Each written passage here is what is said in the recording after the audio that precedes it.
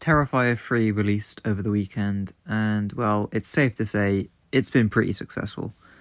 It's made $18 million in its opening weekend on a budget of $2 million, and it's even beat Joker 2. Yeah, Art the Clown has just beat the Joker. I find this to be absolutely insane, but I'm glad it has happened. I've been following this series since about 2013 with All Hallows Eve, and seeing it go from this very low budget unknown series into something that is now ingrained in pop culture is honestly just, well, it's just inspiring. You can dislike these films and just say they are depraved with senseless violence, but you can't deny what Damien Leone has pulled off. I commend him for sticking with this series and its characters, and continuously improving his skills as a filmmaker with each new entry.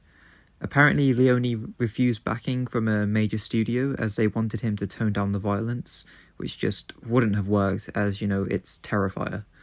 I mean, the fact he refused this shows just how much he cares about these films and its fans, which I just respect so much. And the fact Terrifier 3 then went on to beat the Joker 2 and Warner Brothers is just a huge win for film fans. It's just so great to see that, Leone started with this vision of Art the Clown and this world with his short film, The Ninth Circle, and it's just grown into this absolutely, huge pop culture phenomenon. And just seeing that is honestly amazing. And as I said earlier, it's inspiring. So he deserves all the success that he's got with these films. Anyway, how was the film itself? Well, I really enjoyed it. I haven't exactly felt the Halloween vibe this year, but I was very excited to watch this, mainly because it actually had a UK cinema release, so I got to see Art on the big screen with a full audience, which is something I missed out with on the second film, because that only had a US release, I believe. But, this made the experience much better. I mean, no one passed out or threw up, but they were getting pretty grossed out, and this girl next to me had her eyes covered for most of the film. If you get the chance, I would definitely recommend watching this one in cinema, because having an audience with you for something like this just enhances the experience. Now, you already know when you go to watch Terrifier, you're not going to witness Shakespeare. You are going to see Art the Clown kill people in extremely gory ways, and it absolutely delivers on that aspect. The kills in this are so creative and gory, it's honestly a dream come true for anyone that loves practical effects. That shower scene was absolutely amazing, and it's definitely one of the more memorable scenes from a film I've watched this year. I'm definitely not going to forget that image. These kills also show how much the makeup effects have improved over each film and with, each new entry. And it's honestly getting kind of realistic now. And of course, the increased budget helps with this, but I'm glad this budget was put to good use, as there's been so many high-budget films recently where I question what they actually spent the money on. Leone knew exactly what film he wanted to make with his budget, which is always great for a filmmaker. And the production design is where you can see this the most. As you can tell, so much care has been put into actually creating all these sets for this film, especially when you compare it to the first film, where it was mainly just set in that one warehouse. The different variety of sets in this one, it's just such an improvement. The cinematography has also greatly improved, as there were a lot of shots where I was actually surprised and impressed by how good they looked, especially the shots within the abandoned building. I think those just looked, incredible. As I said earlier, Leone is constantly improving as a filmmaker, and after this film, I'm excited to see the improvements in Terrifier 4. As for the main attraction himself, he was fantastic. You know he was going to be. David Howard Thornton crushes it as Art the Clown every single time.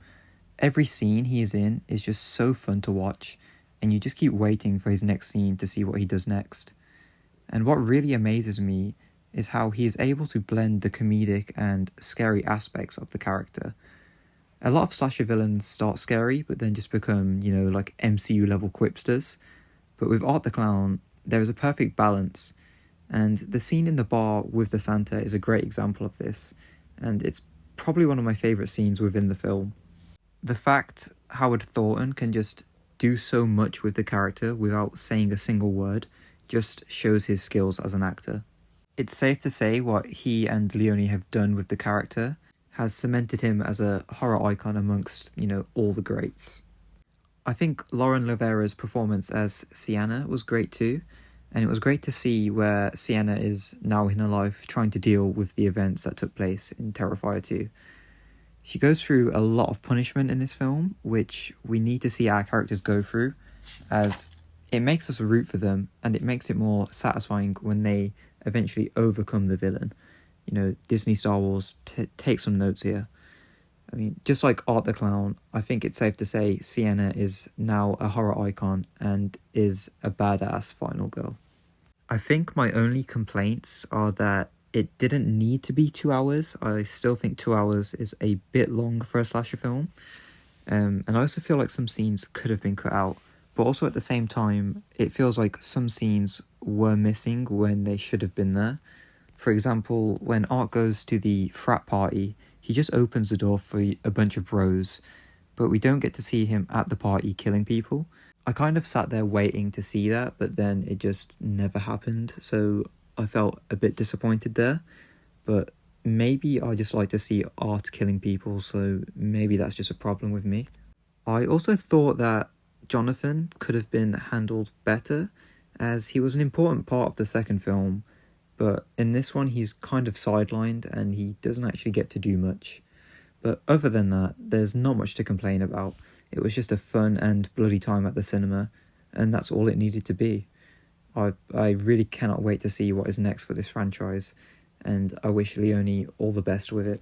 So if you have watched Terrifier 3, please let me know what you thought about it in the comments. And if you haven't watched it, I would highly recommend it, especially whilst it's in cinema. As I said earlier, watching it in cinema with a crowd just makes it so much better. It's actually one of the few films recently that I would say is worth spending money on. And it's Halloween season, so just go watch it.